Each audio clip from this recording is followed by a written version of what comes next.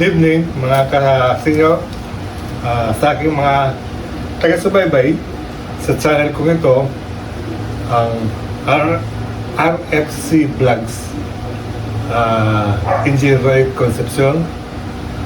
Nais ko po kayong batiin ng isang mapagpalang gabi sa inyong lahat. Una po ngayon ng Nobyembre,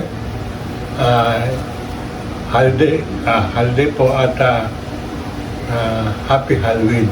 Okay? Una, nais kong magpasalamat sa inyo lahat. Nais kong magbigay ng pag-aalala sa aking namayapang ina, si Gina Lugarda F. Concepcion, at si Ginoong Artemio Concepcion, ang aking ama.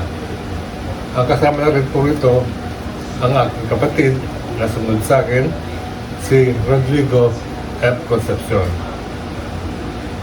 Alam ko po na sila ay nasa itaas na at kasama na ang mahal na Panginoong Jesus.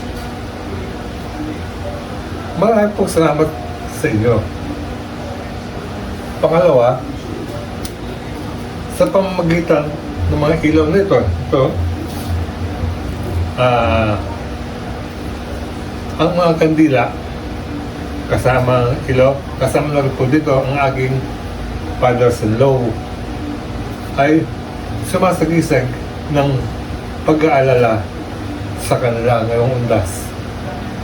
At pangatlo, sa inyo po lahat na sumusubaybay sa aking channel, ang RFC Vlogs, alam ko po na kahit papaano, lagi kayong nanonood at nanonood sa aking walang kakwenta-kwentang mga palabas ng mga foods, travel, at kuminsan, words of wisdom. Wala po kakwenta-kwenta dahil ako lang po mag-isa ang nag-aayos nito. Kaya depende po sa inyo lahat sa paningin nyo kung talagang wala pong kakwenta-kwenta. Okay. Paminsan-minsan, nagbablog ako ng mga kakaibang katulad ng mga itong Lenten season, Halloween, gano'n, at Pasko. At mga okasyong na iba. Marami pong salamat sa inyo lahat. At pahuli, ako po ay nagpapasalamat sa Panginoong Jesus na sa kabila ng aking nararamdaman, na-stroke na po kasi ako noong 2016, at hanggang ngayon po ay umiinom po ako ng gamot araw-araw. Dear Lord, maraming salamat po sa inyo sa inyong pagtingin sa kalagayan ko. Okay po. Sa inyo pong lahat, pipilitin ko po na maayos ang aking pagbablog. Nag-iisa lang po kasi ako nag-aayos ito. At na madalang po na may kasama akong maayos ng vlog ko kasi po nagtatrabaho sa ibang bansa. Okay po. Once again, Happy Halloween. At